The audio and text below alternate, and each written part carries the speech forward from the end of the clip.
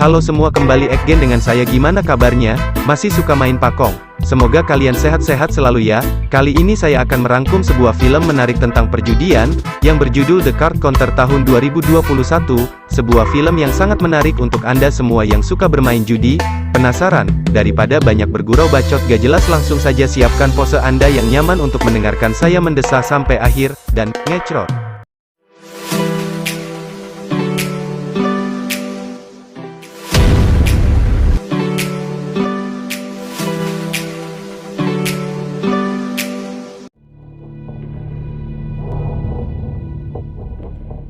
Kisah akan berfokus kepada seorang penjudi handal bermuka tampan seperti saya dan berpenampilan rapih. Dia bernama William Tell. Ini orangnya. Sebelum menjadi penjudi, dia merupakan seorang tahanan di salah satu penjara polisi yang bernama USDB. Ternyata William ini merupakan seorang polisi yang pernah melakukan kesalahan ketika dia sedang bertugas dan berakhir dengan tinggal di penjara polisi selama 10 tahun untuk menebus kesalahannya. I like the routine. I like the regimen. Meski William di penjara, ternyata dia sangat menyukai semua aturan, bahkan setiap rutinitas yang dia lakukan di penjara tersebut sangat dia sukai, seperti yang dia lakukan tiap pagi menggosok gigi dengan sikat gigi yang sama, dan hal tersebut akan diulangi selama masa tahanannya. Namun bukan rasa bosan yang didapatkan, melainkan sebuah sensasi yang bisa membuat hatinya bisa lebih tenang dan menikmatinya. Ketika berada di penjara, William banyak menghabiskan waktunya mengasah kemampuan dalam menghitung kartu, agar ketika suatu saat nanti dia bebas dari penjara, dia bisa menjadi penjudi untuk mencukupi kebutuhan hidupnya. Dan inilah The Card Counter.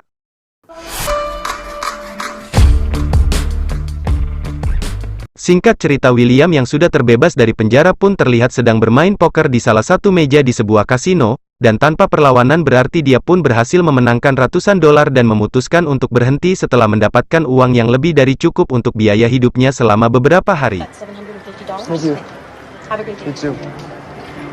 William pun pergi ke sebuah hotel untuk beristirahat. Namun ada kebiasaan aneh yang dilakukannya, yaitu selalu membungkus semua perabotan kamar dengan kain berwarna putih. Hal tersebut dia lakukan karena sudah ketergantungan dengan setup penjara yang sempat menjadi tempat tinggalnya, dan sebelum tidur dia juga selalu menuliskan kesehariannya dalam sebuah buku diari. Malam harinya dia kembali pergi ke sebuah kasino, yang tanpa sengaja malah bertemu dengan seorang wanita cantik bernama Lalinda. Sebenarnya Linda sangat mengagumi keahlian William dalam bermain kartu. Namun dia juga masih bertanya tentang alasan William selalu memberikan taruhan yang sangat kecil, padahal dia merupakan seorang ahli yang tak pernah terkalahkan.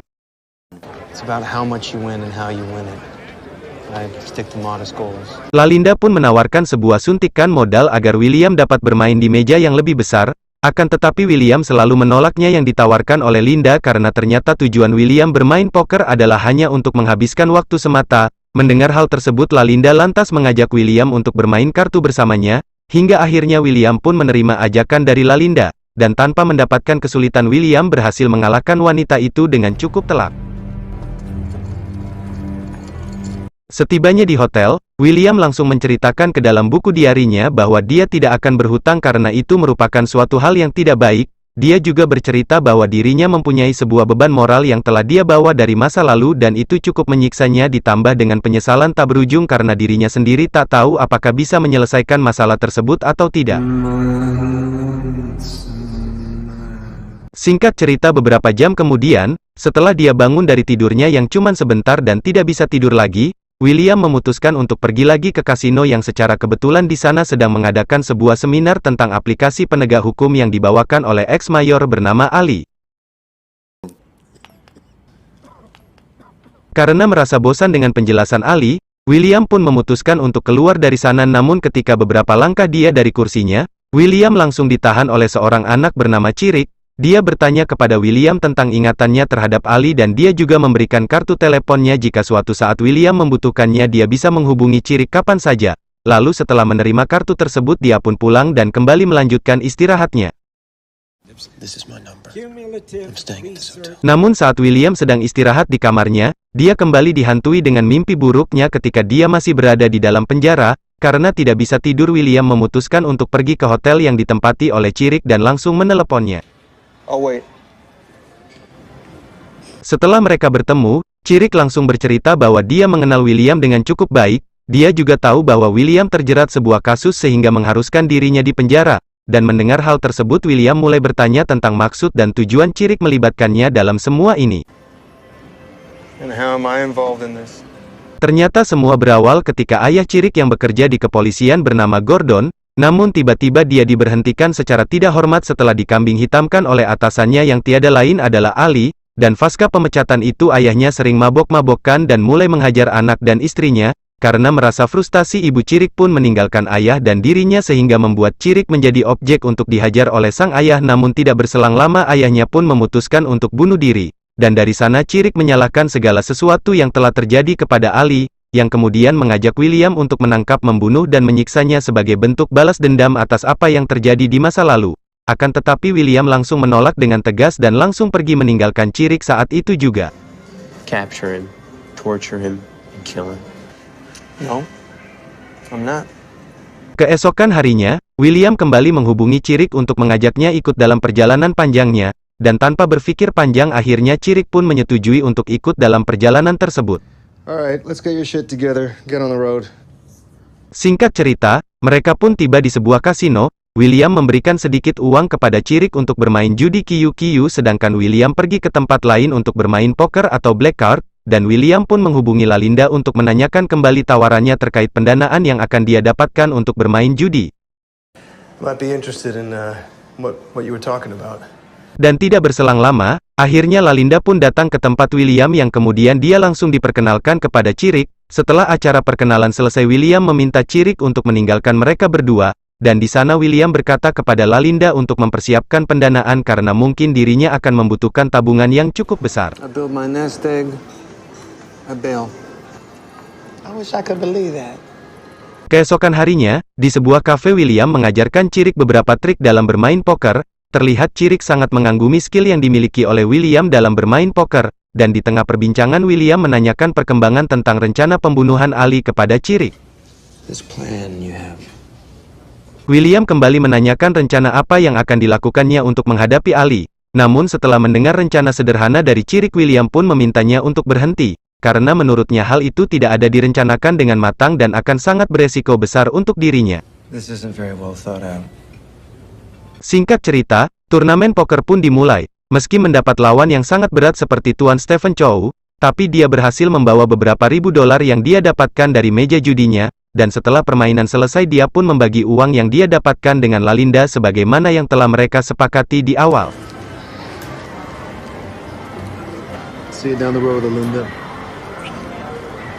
Setelah turnamen selesai, William bergegas menuju ke penginapannya dan langsung menulis kisahnya ketika dulu masih bersama Gordon, dan barulah diketahui bahwa ternyata William merupakan seorang polisi yang bertugas untuk menyiksa para kriminal bersama seorang mayor bernama Gordon. Kemudian atas kasus tersebut semua orang yang terdapat dalam foto langsung dipenjara sedangkan Gordon sendiri dibebaskan karena tidak adanya bukti bahwa dia juga merupakan salah satu dari kelompok penyiksa tahanan tersebut.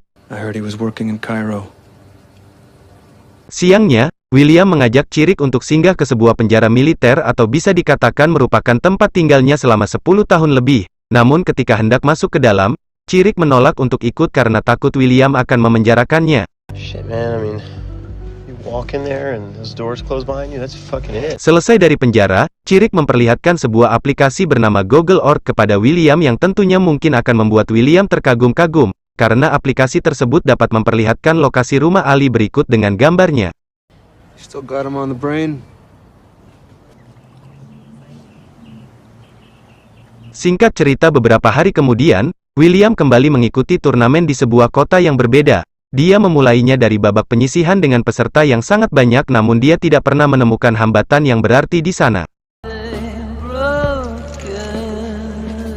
Setelah selesai bertanding, Lalinda memberitahu William kalau dia mendapat tawaran sponsor dengan nilai yang cukup besar, dan William cukup memakai kaos sponsor tersebut ketika sedang bermain poker namun William menolaknya, karena tujuannya menurut Lalinda hanya untuk bermain poker bukan yang lain.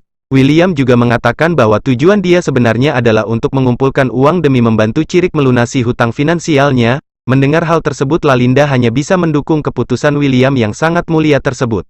This kid, Kirk, he needs help. Permainan kembali dilanjutkan dengan kemenangan William yang tidak dapat dihindarkan lagi, dan setelah selesai dia menghampiri Cirik untuk sedikit berbincang dengannya. Cirik mengatakan bahwa dia mulai bosan dengan kehidupan William yang sangat simpel dan terus mengulang kesehariannya yang sama setiap harinya. Mendengar hal tersebut, William cukup dibuat marah hingga langsung mengajak Cirik ke hotelnya, dan dengan perasaan takut yang disertai was-was, Cirik pun terpaksa mengikuti William untuk singgah di hotelnya. I want to show you something. You have a moment? Sesampainya di sana, William langsung memberikan uang sebesar $150.000 dan mengabsen seluruh hutang berikut dengan kebutuhan Cirik untuk memilih hidupnya. Dia meminta kesepakatan kepada Cirik untuk pergi menemui ibunya dan melunasi semua hutang yang dimiliki mereka, dan jika dia melanggar kesepakatan tersebut maka William akan menemukan dan membunuhnya. Yeah, we have a deal. Keesokan harinya, William mendatangi Lalinda dan mengungkapkan perasaannya yang sudah lama dia pendam sekaligus menepati janjinya kepada Cirik. Tak lama kemudian Cirik mengirimkan sebuah video dirinya sedang menelepon dengan sang ibu, dan dalam beberapa hari ke depan dia akan pergi menemui ibunya. She lives outside of Portland. We'll be there in a day or two. Singkat cerita, babak final turnamen poker pun tiba. Di babak ini jumlah peserta yang tersisa hanya tinggal 5 orang saja. Pertandingan pun berjalan sangat seru dan ketat walau sudah berlangsung lama, namun masih belum ada seseorang yang bisa keluar sebagai pemenangnya. Karena sudah ada satu orang yang gugur, maka pemain yang tersisa pun diberikan waktu untuk beristirahat.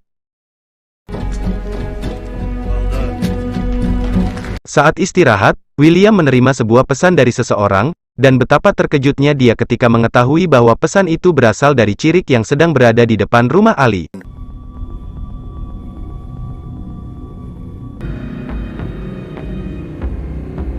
Permainan pun dilanjutkan, dan terlihat William menjadi sangat tidak fokus karena terlalu memikirkan nasib yang akan menimpa Cirik. Babak demi babak berhasil dimenangkan oleh lawannya hingga akhirnya William memutuskan untuk meminta izin dan bergegas untuk pulang ke penginapannya.